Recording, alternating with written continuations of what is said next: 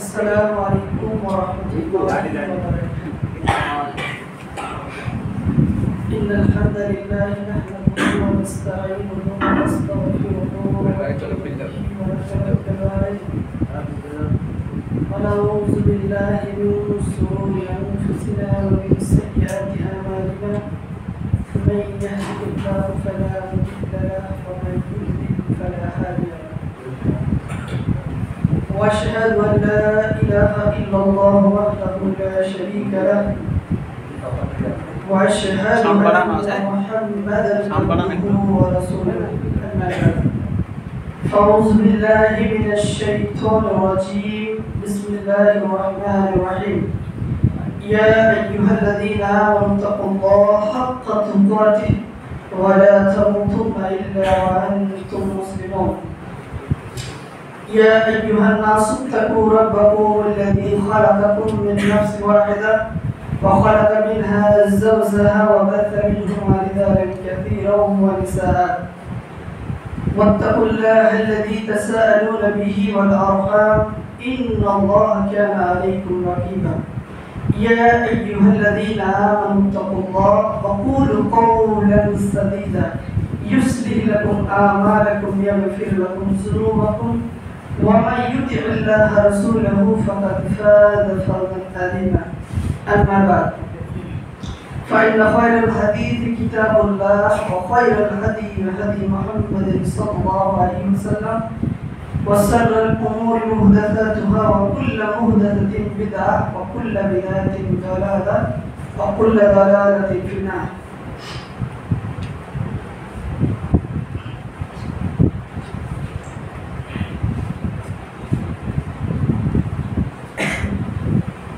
الحمد لله رب العالمين والصلاة والسلام على أشرف الأنبياء والمرسلين وعلى آله وأصحابه أجمعين أما بعد فأعوذ بالله من الشيطان الرجيم بسم الله الرحمن الرحيم شهر رمضان الذي أنزل فيه القرآن وهدى للناس وبينات من الهدى والفرقان وقال رسول الله صلى الله عليه وسلم من قام ليلة القدر إيمانا واحتسابا غفر له ما تقدم من ذنبه. সম্মানিত মসজিদের মুসল্লি, যাবতীয় প্রশংসা আল্লাহ সুবহানাহু ওয়া তাআলার জন্য, যে আল্লাহ সুবহানাহু ওয়া তাআলা শুধুমাত্র তার ইবাদত বندگی করার জন্য খালেসভাবে একমাত্র তাকে রাজি এবং খুশি করার জন্য তারই একমাত্র ইবাদত করার জন্য মসজিদের মধ্যে আমাদেরকে একত্রিত করেছেন এবং রমজান মাস রহমতের মাস, বরকতের মাস, মাগফিরাত এবং দয়ার মাসে আল্লাহ সুবহানাহু ওয়া তাআলা আমাদেরকে উপনীত করেছেন। কেননা গত বছর অনেক মানুষ আমাদের সঙ্গে ছিল, তারা কিন্তু অনেকেই নেই, তারা পরকালে পাড়ি দিয়ে চলে গেছেন। কিন্তু আল্লাহ সুবহানাহু ওয়া তাআলা আমাদেরকে এই মাস পর্যন্ত হায়াত দিয়েছেন, এজন্য আল্লাহ সুবহানাহু ওয়া তাআলার শুকরিয়া করে আমরা শেষ করতে পারবো না। তারই ভাষা, তারই শেখানো ভাষায় আমরা সংক্ষিপ্তভাবে তার প্রশংসা করব। সকলে বলুন আলহামদুলিল্লাহ। তারপরে পরে তিনি হাবিব মুহাম্মদ রাসূলুল্লাহ সাল্লাল্লাহু আলাইহি ওয়াসাল্লামের প্রতি লাখো কোটি দরুদ এবং সালাম বর্ষিত হোক। আল্লাহুম্মা সাল্লি আলাইহি ওয়া বারিক আলাইহি। সম্মানিত মসজিদের মুসল্লি, আজকে সংক্ষিপ্ত জুমার খুতবায় আমাদের আলোচ্য বিষয়বস্তু হলো লাইলাতুল কদরের গুরুত্ব এবং ফজিলত।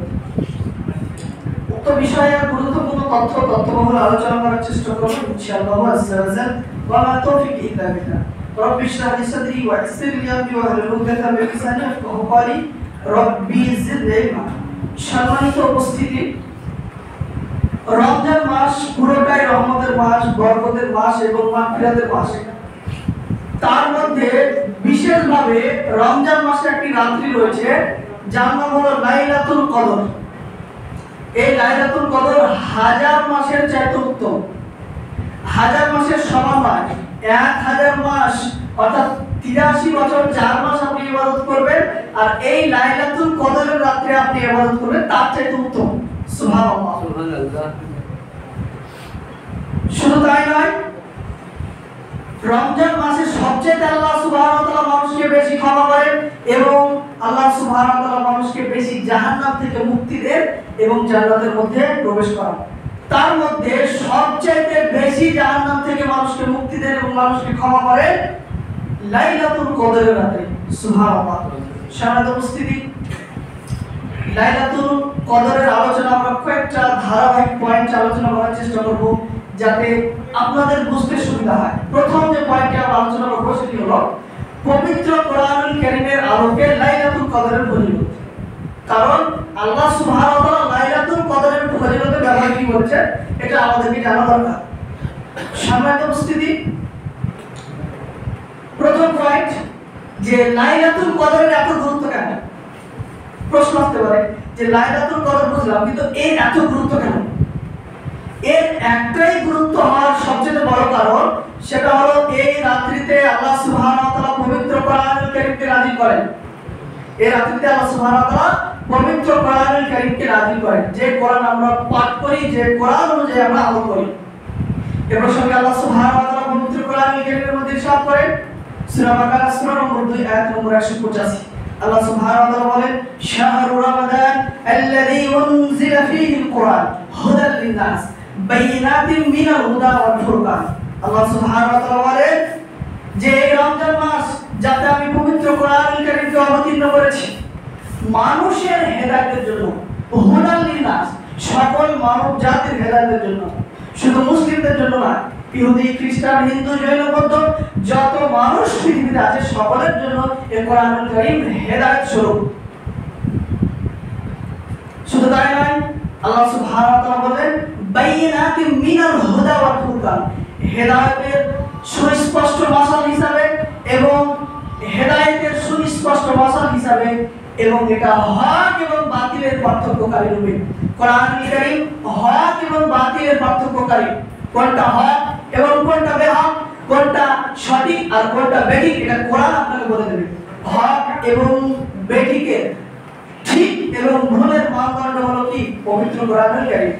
সম্মানিত উপস্থিতি, আল্লাহ সুবহানাহু ওয়া তাআলা পবিত্র কোরআনুল কারীমের অন্য জায়গায় ইরশাদ করেন, আল্লাহ সুবহানাহু ওয়া তাআলা ইরশাদ করেন সূরা কদর, কোরআনের 97 নম্বর সূরা আয়াত নম্বর 1। আল্লাহ সুবহানাহু ওয়া তাআলা বলেন ইন্না আনজালনাহু ফি লাইলাতুল কদর, নিশ্চয় আমি পবিত্র কোরআনুল কারীমকে অবতীর্ণ করেছি লাইলাতুল কদরের রাতে।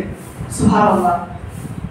শুধু তাই নয়, আল্লাহ সুবহানাহু ওয়া তাআলা পবিত্র কোরআনুল কারীম সূরা দুখান কোরআনের 44 নম্বর সূরা আয়াত নম্বর 3 এর মধ্যে আল্লাহ সুবহানাহু ওয়া তাআলা ইরশাদ করেন, আল্লাহ সুবহানাহু ওয়া তাআলা বলেন যে ইন্না আনজালনাহু ফি লাইলাতিন মুবারাকা, নিশ্চয় এই কোরআনুল কারীমকে আমি অবতীর্ণ করেছি এক বরকতময় রাত্রিতে, সেটা হলো লাইলাতুল কদর।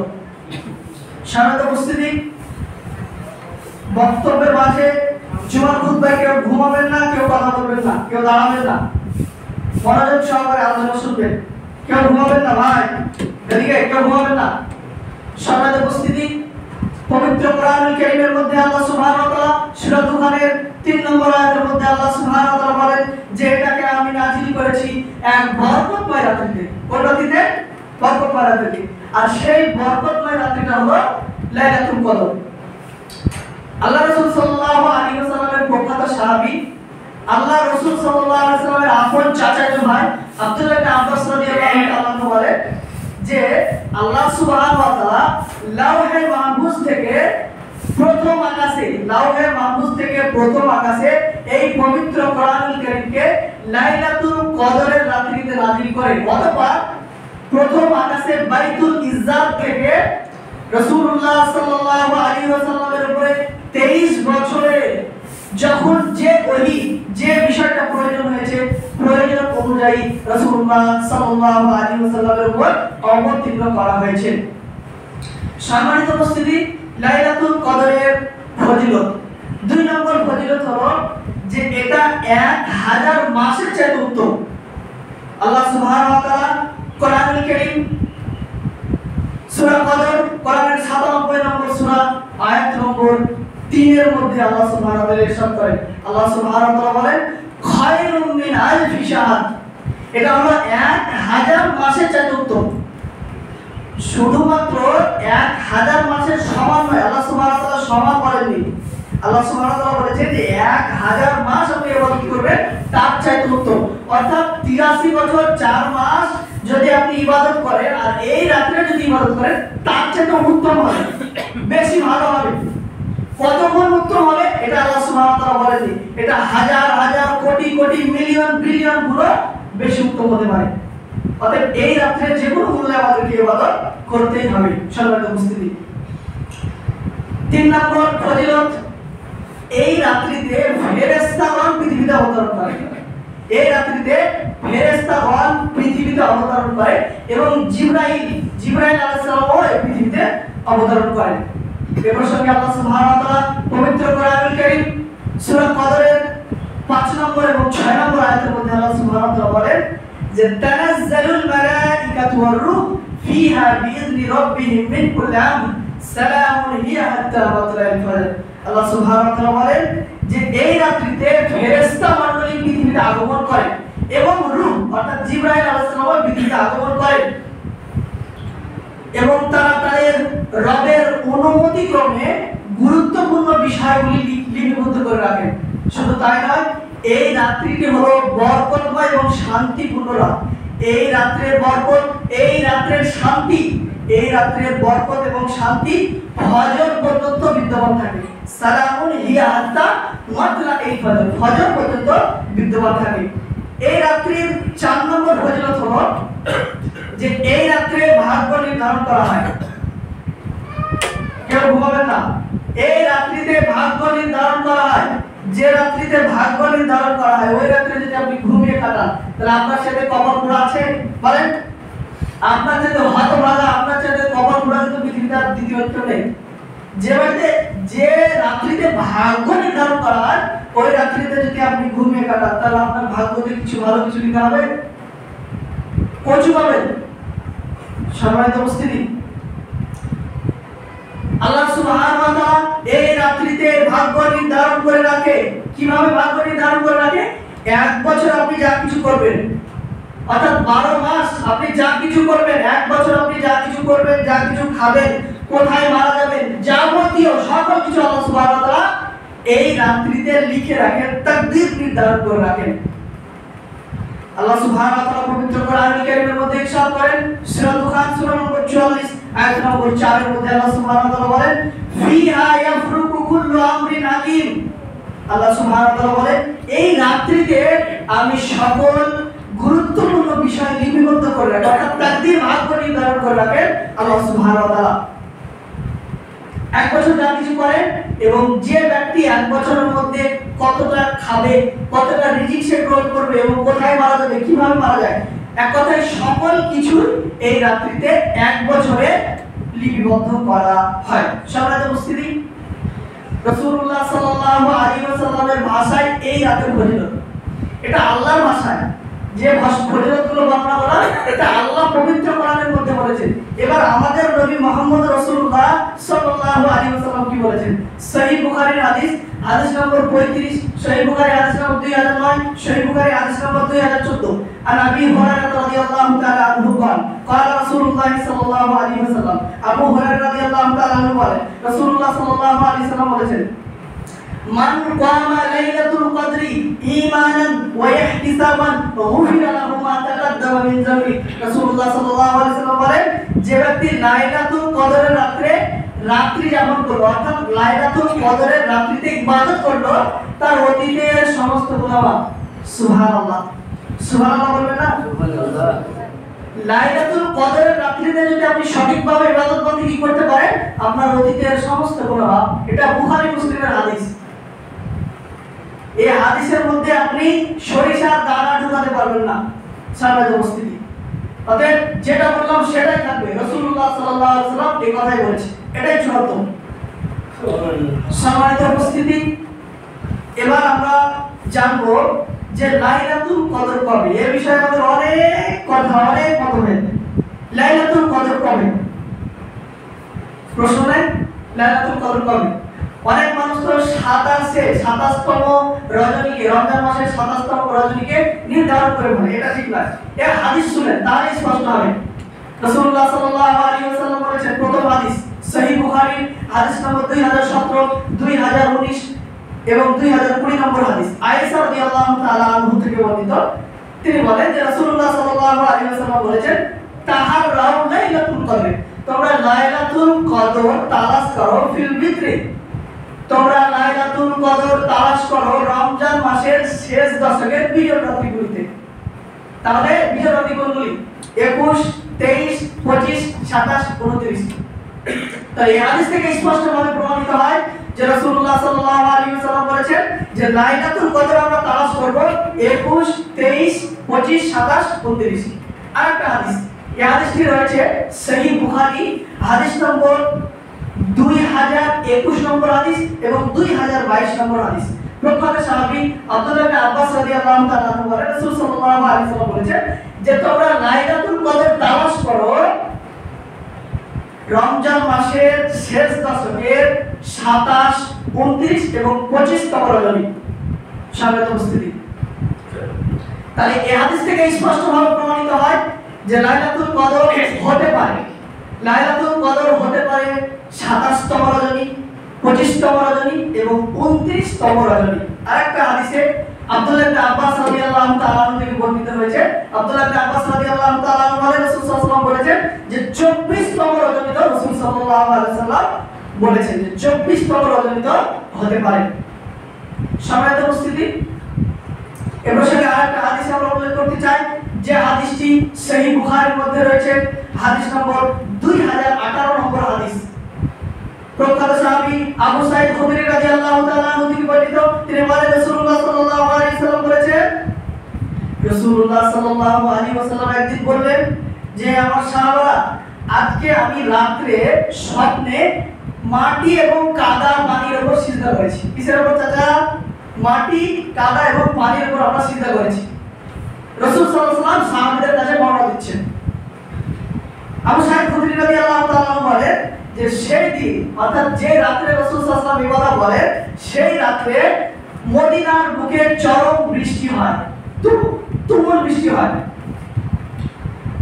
সাহাবী আবু সাঈদ খুদরি রাদিয়াল্লাহু তাআলা আনহু বলেন যে যেদিন সকাল হলো, সকালবেলা আমি রাসূল সাল্লাল্লাহু আলাইহি ওয়াসাল্লামের কপালে দেখলাম যে মাটি এবং কাদা ভরে লেগে আছে। আর সেই রাত্রিটাই ছিল লাইলাতুল কদরের রাত। সাহাবী আবু সাঈদ খুদরি রাদিয়াল্লাহু তাআলা আনহু বলেন যে সেটা ছিল 21তম রজনী। কততম? 21তম রজনী। তাহলে 21তম রজনী অর্থাৎ 21 রমজান মাসের 21 তারিখও এটা ঘটতে পারে। সম্মানিত উপস্থিতি, এবার সঙ্গে আরেকটা হাদিস, যে হাদিসটি সহিহ বুখারীর মধ্যে রয়েছে, হাদিস নম্বর 2023 নম্বর হাদিস এবং সহিহ বুখারীর 49 নম্বর হাদিস। উবাদা ইবনে সামিত রাদিয়াল্লাহু তাআলা আনহু বলেন, রাসূল সাল্লাল্লাহু আলাইহি ওয়াসাল্লামকে লাইলাতুল কদরের তারিখ জানানো হয়। কেউ ঘুমাবে না, রাসূল সাল্লাল্লাহু আলাইহি ওয়াসাল্লামকে লাইলাতুল কদরের তারিখ জানানো হয়। কাকে চাচা? কাকে? রাসূল সাল্লাল্লাহু আলাইহি ওয়াসাল্লামকে লাইলাতুল কদরের তারিখ জানানো হয়। তো রাসূল সাল্লাল্লাহু আলাইহি ওয়াসাল্লাম সাহাবীদেরকে বিষয়টি জানানোর জন্য রাস্তায় বের হলেন।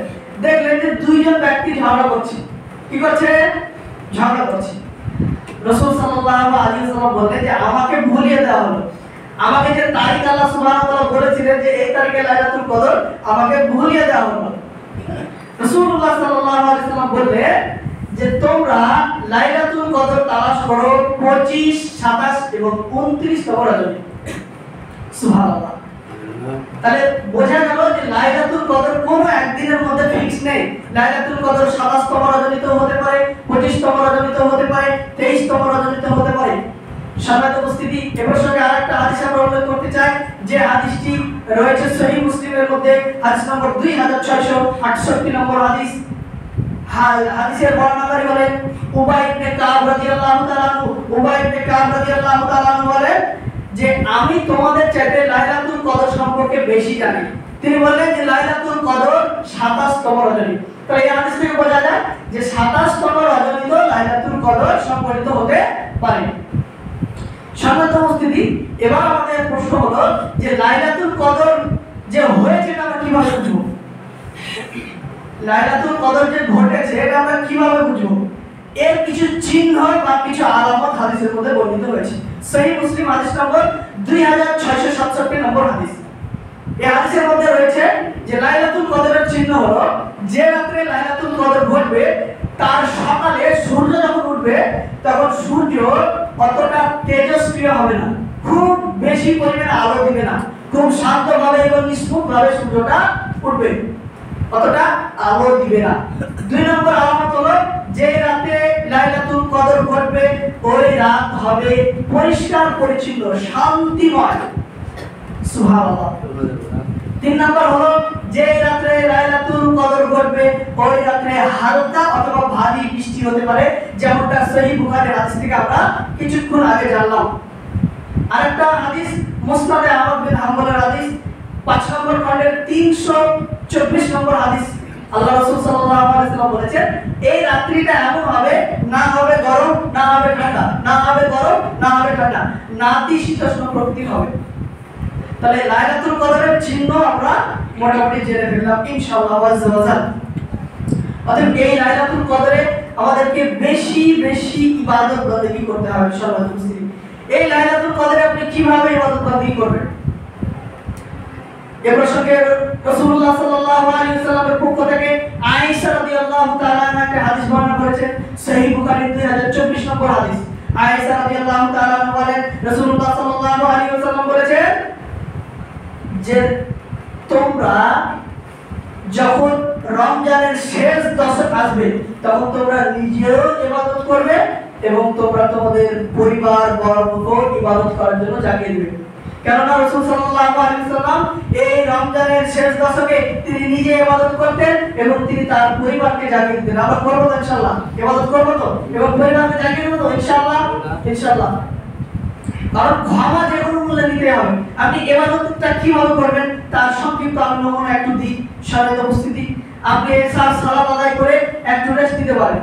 আপনি এশার সালাত আদায় জামাতে করে আপনি 1-1 ঘন্টা রেস্ট নিতে পারেন। আপনি 9:30 10টার দিকে উঠে পড়বেন, 2 রাকাত করে আপনি একদম নামাজ পড়তেই থাকবেন। কেন রাসূল সাল্লাল্লাহু আলাইহি ওয়াসাল্লামকে একজন প্রশ্ন করলো যে আল্লাহ রাসূল রাতের সালাত আমরা কিভাবে পড়ব, কয় রাকাত? রাসূল সাল্লাল্লাহু আলাইহি ওয়াসাল্লাম বলেন যে সালাতুল লাইলি মাসনা মাসনা মাসনা, রাতের সালাত 2 রাকাত করে পড়ো, আর যখন সুবহে সাদেকের আশঙ্কা হবে তখন তোমরা 1 রাকাত বিতের আদায় করে নেবে। অতএব আপনি এই রাত্রিতে 2 রাকাত করে আদায় করবেন। লম্বা রুকু হবে, লম্বা সিজদা হবে, লম্বা কিরাত হবে, লম্বা সিজদা হবে, সকল কিছু বেশি বেশি করে করবেন। দোয়া হবে, মুনাজাত হবে, যে দোয়া জিকির আজকাল আপনি জানেন সেগুলো করবেন। আর কিছুই যদি না জানেন তো বাংলায় বলে যে আল্লাহ আমার ক্ষমা করো, এটা বলা যাবে তো? আপনার কোনো দোয়াই মুখস্থ নেই, আপনি আল্লাহর কাছে হাত তুলে বলবেন যে আল্লাহ আমাকে ক্ষমা করো, আমাকে মাফ করো, আমাকে জান্নাত দাও, আমাকে জাহান্নাম থেকে বাঁচাও, আমাকে রিজিক দাও, আমাকে টাকা পয়সা দাও, যা বলেছেন আপনি চেয়ে নেবেন আল্লাহর কাছে। সম্মানিত উপস্থিতি, তবে এই রাতটি তো মিস করা যাবে না কোনোভাবে। তবে আপনি যদি এই ধান্দায় থাকেন যে 27তম রজনীতে শুধু জাগবো, তাহলে কিন্তু আপনি এত ফজিলতপূর্ণ বিষয় কিন্তু আপনি পাবেন না, আপনি কিন্তু মাহরুম হবেন। অতএব আপনি যেন মাহরুম না হন সেজন্য আপনাকে সতর্ক করতে আমরা বলতে চাই যে আপনারা বিজয় রাত্রিগুলি জানার চেষ্টা করবেন। ইনশাআল্লাহ আশা করা যায় আল্লাহ সুবহানাহু ওয়া তাআলা যে লাইলাতুল কদরের যে ফজিলত রেখেছে এটা আমরা পাবো ইনশাআল্লাহ। সম্মানিত উপস্থিতি, এই রাতে একটা বিশেষ দোয়া আছে।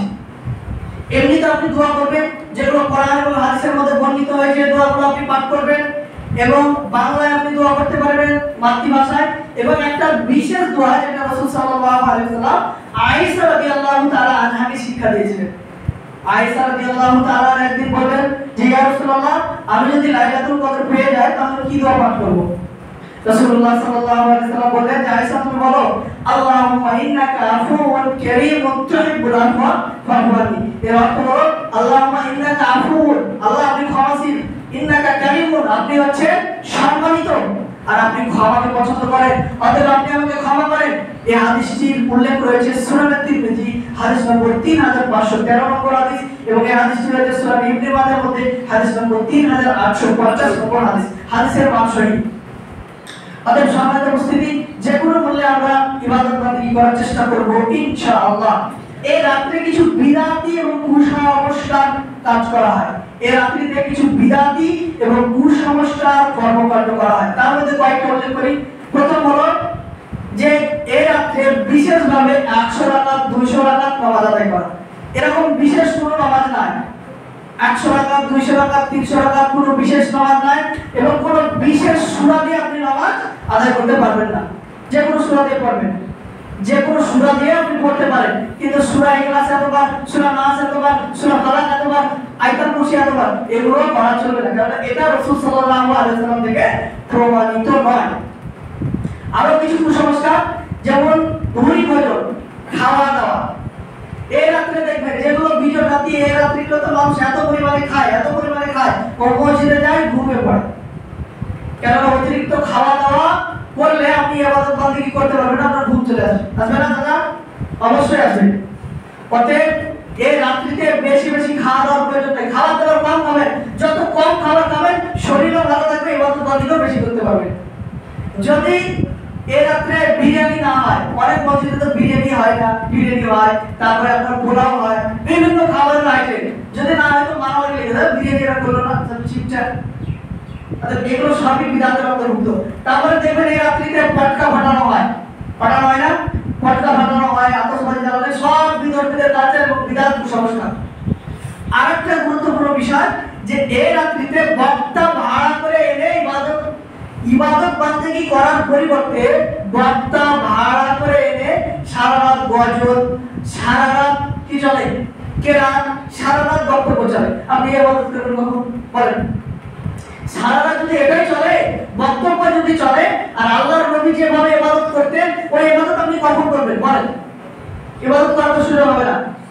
এমনও মসজিদ আছে যে আপনার বিজয় রাত্রিগুলোতে কি করে জানেন? চাঁদা কালেকশন করে মসজিদে। আস্তাগফিরুল্লাহ। এই জাতির জন্য দুর্ভোগ, এই জাতির জন্য দুর্ভোগ যে জাতি লাইলাতুল কদরকে পেও পেল না। কেননা যদি সেই রাত্রে লাইলাতুল কদর হয়, আপনি যে রাতে মসজিদের চাঁদা কালেকশন করছেন, আপনার যে হতভাগা আছে সবার উপস্থিতি। অতএব আল্লাহ সুবহানাহু ওয়া তাআলা আমাদের প্রত্যেকটা মুসলিম দ্বীনি ভাই এবং বোনকে যেন লাইলাতুল কদরের ফজিলত থেকে মাহরুম না করেন, আমরা যেন লাইলাতুল কদর পাই, এই দোয়া, এই দাবি আল্লাহ সুবহানাহু ওয়া তাআলার কাছে। শুধু দোয়া এবং দাবি করলে হবে না, চেষ্টা চালিয়ে যেতে হবে। আল্লাহ সুবহানাহু ওয়া তাআলা আমাদের প্রত্যেককে সেই তৌফিক দান করুন। সম্মানিত উপস্থিতি, আমাদের আলোচনা আমরা এখানে শেষ করলাম। এবার বিশেষ 2-1 মিনিট কথা। আমাকে দেখছেন, আমি মূলত দাওয়াতি কাজ করি। আমি কোনো মাদ্রাসায় পড়াই না, আমি কোনো মাদ্রাসার আদায় কালেকশন কিছু করি না। আমরা দাওয়াতি কাজ করি। জুমার খুতবা, জালসা, মাহফিল এগুলো আমি করে বেড়াই, এটা আমার কাজ। এবং আমার সাথে আরো 3-4 জন আছে, ওনারা এগুলো করে। আমার সঙ্গে একজন মাওলানা সাহেব আছে, আমার ভাই, বড় ভাই। উনি এক মাদ্রাসায় চাকরি করেন এবং ওই মাদ্রাসা আদায়ের জন্য এসেছেন বাজার। আপনারা প্রত্যেকেই তাকে কিছু না কিছু সহযোগিতা করবেন, হেল্প করবেন। কেননা রাসূলুল্লাহ সাল্লাল্লাহু আলাইহি ওয়াসাল্লাম একটা হাদিসের মধ্যে বলেছেন, বুখারীর হাদিস, রাসূল সাল্লাল্লাহু আলাইহি ওয়াসাল্লাম বলেছেন যে প্রত্যেক দিন 2 জন করে ফেরেশতা এই পৃথিবীতে আসে। কয়জন চাচা? 2 জন। একজন ফেরেশতা বলতে থাকে যে আল্লাহ, যারা দান করেছে তাদের সম্পদকে আপনি বাড়িয়ে দেন, যারা দান করেছে তাদের সম্পদকে আপনি বৃদ্ধি করে দেন। আর আরেকজন বলতে থাকে যে যারা দান করেনি, যারা কৃপণতা করেছে তাদেরকে ধ্বংস করে। ফেরেশতার দোয়া কি মিস যাবে চাচা?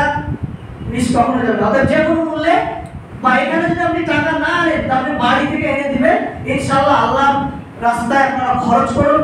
আল্লাহ সুবহানাহু ওয়া তাআলা রাস্তায় খরচ করলে আল্লাহ সুবহানাহু ওয়া তাআলা দুনিয়াতেও আপনাকে প্রতিদান দিবেন এবং পরকালে এর প্রতিদান দিবেন ইনশাআল্লাহ। সূরা তাওবা সূরা নম্বর 9 আয়াত নম্বর 111 মধ্যে আল্লাহ সুবহানাহু ওয়া তাআলা বলেছেন যে ইন্নাল্লাহা আশতারা মিনাল মুমিনিনা আনফুসাহুম ওয়া আমওয়ালাহুম বিআন্না লাহুমুল জান্নাহ। আল্লাহ সুবহানাহু ওয়া তাআলা বলেন যে নিশ্চয় মুমিন যারা ঈমানদার তাদের জান এবং মালকে আমি কিনে নিয়েছি বিআন্না লাহুমুল জান্নাহ, জান্নাতের বিনিময়ে। অর্থাৎ জান এবং মাল এই দুটা দিয়ে আল্লাহ সুবহানাহু ওয়া তাআলা আমাদের জান মাল এই দুটা দিয়ে জান্নাতের বিনিময়ে আমাদের জান মালকে কিনে নিয়েছেন আল্লাহ সুবহানাহু ওয়া তাআলা। অতএব কেউ কৃপণতা করবেন না, প্রত্যেকেই দিয়ে যাবেন। এমনকি যারা মা বোন আছেন তারাও দিয়ে যাবেন। আমার ভাই অনেক দূর থেকে এসেছে, তাকে সাহায্য সহযোগিতা করুন। আর আমি বিশেষভাবে কোনো আদায় করি না, আল্লাহ সুবহানাহু ওয়া তাআলা আমাদের প্রত্যেককে বোঝার তৌফিক দান করুন। আল্লাহ সুবহানাহু ওয়া তাআলা আমাদের প্রত্যেককে ঈমান নিয়ে কবর যাওয়ার তৌফিক দান করুন। আল্লাহ সুবহানাহু ওয়া তাআলা আমাদের প্রত্যেকটা মুসলিম দ্বীনি এবং ভাই বোনের সকলের ইবাদত বন্দেগী কবুল করুন। আল্লাহ সুবহানাহু ওয়া তাআলা আমাদের সকলের গুনাহকে মাফ করুন। আমিন। ওয়া আখিরু দাওয়ানা আলহামদুলিল্লাহি রাব্বিল আলামিন। আসসালামু আলাইকুম ওয়া রাহমাতুল্লাহি ওয়া বারাকাতুহু।